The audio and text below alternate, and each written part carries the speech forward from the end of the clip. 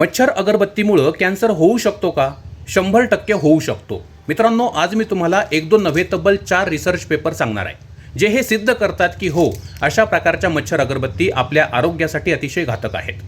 आता पहिला प्रश्न याने कोणत्या प्रकारचा कॅन्सर होऊ शकतो? श्वसन संस्थेचा कॅन्सर आणि फुफ्फुसाचा कॅन्सर. श्वसन संस्था म्हणजे नाक, घसा, आपली श्वासनलिका आणि 2 फुफ्फुस यांचा कॅन्सर याने होऊ शकतो. पुरावा काय आहे? पुरावा नंबर 1, डॉक्टर वेन्युआ लिऊ चीनमधील शास्त्रज्ञ आहेत. त्यांनी आजपासून 23 वर्षांपूर्वी म्हणजे 2003 साली सांगितलं की जेव्हा तुम्ही अशा प्रकारची एक मच्छर अगरबत्ती आपल्या घरात लावता तेव्हा जणू काही आपण आपल्या घरामध्ये 137 सिगारेट पेटवलेले आहेत, इतका घातक परिणाम आपल्या घरातील व्यक्तींवर होतो आणि याचा सगळ्यात मोठा दुष्परिणाम घरातील लहान लहान मुलांवर होतो.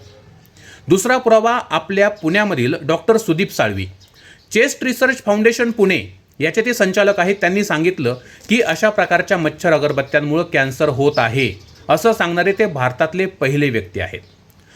तिसरं, नॅशनल चेंग कुंग युनिव्हर्सिटी या युनिव्हर्सिटीमध्ये संशोधन झालं की आठवड्यातून फक्त 3 वेळा जर तुम्ही अशा प्रकारची ही अगरबत्ती घरात लावत असाल तर त्याच्यामुळं फुफ्फुसाचा कॅन्सर होण्याचा धोका हा तब्बल 3.7 पट अर्थात 4.25 पटींनी वाढतो. फक्त 3 वेळा जर आठवड्यात ही अगरबत्ती लावली तर.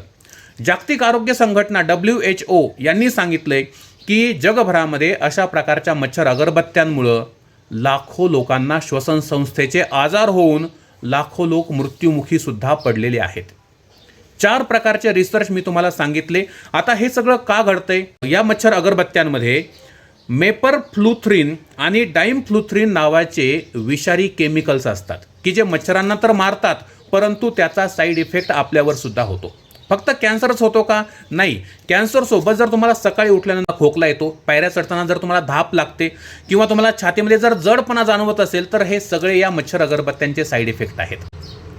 जेव्हा आपण बंद खोलीमध्ये या अगरबत्त्या लावतो तेव्हा खोलीतला ऑक्सिजन कमी होतो, कार्बन मोनॉक्साईड वाढतो आणि मग आपला अस्वस्थ वाटू लागतं, मळमळ होऊ लागते, चक्कर येते, उलट्या किंवा डोकेदुखी होऊ लागते. हे सगळे याचेच साईड इफेक्ट असतात. डोळे लाल होणं, डोळ्यातून पाणी येणं, घसा खवखवणं, ब्रॉन्कायटिस, अस्थमा, शिंकांची ॲलर्जी हे सगळे याचेच साईड इफेक्ट आहेत. या अगरबत्त्यांच्या धुरानं झालेलं नुकसान हे कायमस्वरूपी असतं.